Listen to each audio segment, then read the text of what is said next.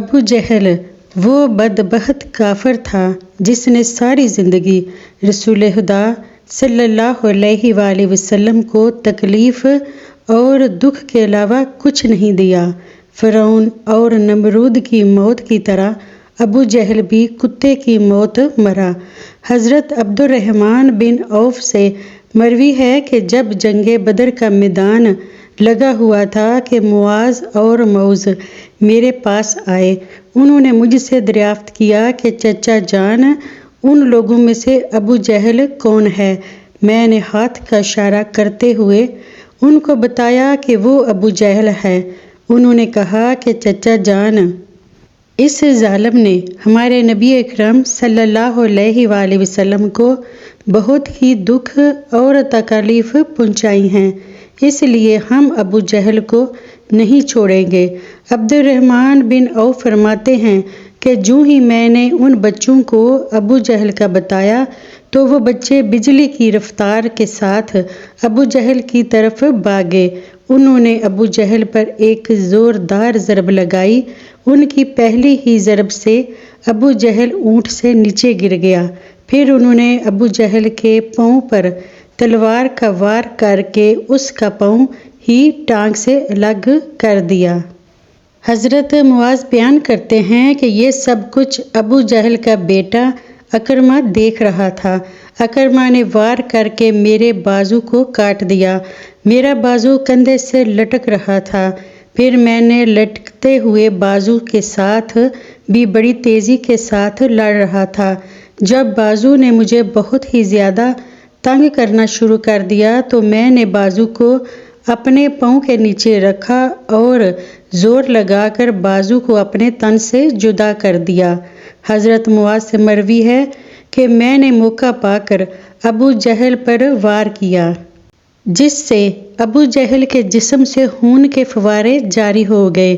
ابو جہل کو موت کی گھاٹ اتار کر یہ دونوں بچے رسول خدا صلی اللہ علیہ وآلہ وسلم کے پاس جا کر عرض کرنے لگے، یا رسول اللہ صلی اللہ علیہ وآلہ وسلم، ہم ظالم ابو جہل کو قتل کر رہے ہیں۔ طبری میں بیان کیا گیا ہے کہ ابو جہل ابھی قتل نہیں ہوا تھا بلکہ وہ درد سے چلا رہا تھا، تڑپ تڑپ کر درد سے چلاتے ہوئے موت کا انتظار کر رہا تھا۔ جب جنگ بدر ختم ہوئی تو نبی اکرم صلی اللہ علیہ وآلہ وسلم نے تمام صحابہ کرام کو حکم جاری کیا کہ ابو جہل کو تلاش کیا جائے۔ سب صحابہ کرام ابو جہل کی تلاش میں لگ گئے۔ حضرت عبداللہ بن مسعود بھی ان میں شامل تھے۔ حضرت محمد صلی اللہ علیہ وآلہ وسلم نے تمام صحابہ کرام کو ابو جہل کی ایک نشانی بتائی کہ ابو جہل کے گھٹنے پر نشان ہوگا۔ صحابہ کرام نے عرض کی، یا رسول اللہ صلی اللہ علیہ وآلہ وسلم، ابو جہل کے گھٹنے پر وہ نشان کس طرح آیا تھا؟ آپ صلی اللہ علیہ وآلہ وسلم نے فرمایا، ایک دفعہ میں اور ابو جہل عبداللہ بن جدعان کے گھر دعوت میں شامل تھے۔ اس وقت تمہاری عمریں بہت ہی چھوٹی تھیں۔ ہم دونوں میں کسی بات کو لے کر لڑائی ہوئی۔ میں نے ابو جہل کو زور سے دھکا دیا جس کی وجہ سے ابو جہل زمین پر گر پڑا۔ ابو جہل کے گھٹنے پر گہرا زخم آ گیا۔ وہ زخم تو ٹھیک ہو گیا لیکن اس کا نشان آج بھی ہے۔ حضرت عبداللہ ابن مسعود فرماتے ہیں کہ میں نے میدان میں ہر لاش کو الٹا الٹا کر دیکھ رہا تھا کہ مجھے ایک جگہ پر ابو جہل زخمی حالت میں نظر آیا۔ میں نے اس کے پاس گیا تو میں نے دیکھا کہ وہ ابھی مرا نہیں تھا بلکہ زندگی کی آخری سانسیں لے رہا تھا۔ اس کے جسم سے خون کے فوارے جاری تھے۔ پھر میں نے امام انبیاء حضرت محمد صلی اللہ علیہ وآلہ وسلم کی بتائی ہوئی نشانی کو دیکھا تو مجھے یقین ہو گیا کہ یہی ابو جہل ہے۔ میں نے اس کی گردن پر اپنا پاؤں رکھ کر اس کو زور سے گھسیٹا تو درد کے مارے اس کی چیخیں نکل پڑی۔ میں نے ابو جہل سے مخاطب ہو کر کہا کہ اے خدا کے دشمن، اللہ تبارک و تعالیٰ نے تجھ کو ذلیل و خوار کر کے رکھ دیا۔ ابو جہل مجھ سے کہنے لگا کہ اس میں ذلت والی کیا بات ہے؟ میں تو اس آدمی سے بدلہ لینے کے لیے یہاں آیا تھا جس شخص کو تم لوگوں نے قتل کر دیا۔ اس نے مجھ سے دریافت کیا کہ بتاؤ اس جنگ میں فتح کس کی ہوئی ہے؟ میں نے کہا کہ اس جنگ میں فتح اللہ تعالیٰ کے سچے رسول صلی اللہ علیہ وآلہ وسلم کی ہوئی۔ پھر اس نے کہا کہ اے ابن مسعود چرواہے، تو بہت ہی اونچی جگہ پہنچ گیا ہے کہ حضرت عبداللہ بن مسعود نے بیان کیا ہے کہ میں نے ابو جہل سے کہا کہ تیرا قاتل میں ہوں۔ ابو جہل نے کہا کہ نہیں، تجھ سے پہلے مجھے کوئی قتل کر گیا ہے۔ ایک قول یہ بھی بیان کیا جاتا ہے کہ جب ابن مسعود ابو جہل کے سینے پر بیٹھ کر کہنے لگے، اے اسلام کے بدترین دشمن، تم تو فرعون سے بھی زیادہ بدبخت نکلے۔ فرعون نے بھی مرتے وقت اپنی غلطیوں کو مان لیا تھا کہ میں غلط تھا، لیکن تم تو مرتے ہوئے اسلام کے خلاف بکواس کر رہے ہو۔ یہ سن کر ابو جہل نے کہا کہ میرا یہ پیغام دے دینا کہ ابو جہل اس دنیا سے چلا گیا ہے، لیکن وہ یہ پیغام دے گیا ہے کہ حضرت محمد صلی اللہ علیہ وآلہ وسلم کا سب سے بڑا دشمن میں ہوں۔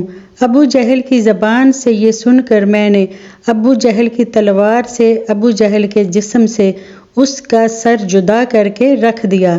فرماتے ہیں کہ میں جسم سے سر کو جدا کر کے نبی کریم صلی اللہ علیہ وآلہ وسلم کے پاس لے گیا۔ میں نے آقا دو جہاں کی بارگاہ میں ابو جہل کا سر پیش کرتے ہوئے عرض کی، یا رسول اللہ صلی اللہ علیہ وآلہ وسلم، یہ ابو جہل کا سر۔ رسول اللہ صلی اللہ علیہ وآلہ وسلم نے فرمایا کہ قسم ہے اس ذات کی جس کے قبضے میں میری جان ہے، بے شک یہی ابو جہل کا سر ہے۔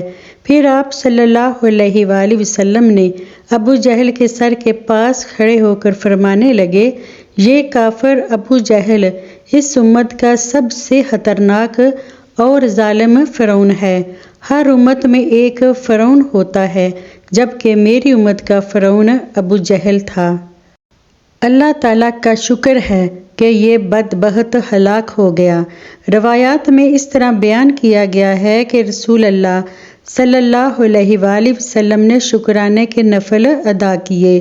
جب رسول اللہ صلی اللہ علیہ وآلہ وسلم کے فرمانے پر ابو جہل کی لاش سر اور قریش کے 24 سرداروں کو ایک کنویں میں پھینک دیا گیا تو اس کے بعد رسول خدا صلی اللہ علیہ وآلہ وسلم میدان بدر میں رہے اور جاتے ہوئے اس کنویں پر بھی گئے تھے جہاں کفار مکہ کی لاشیں پھینکی گئی تھیں۔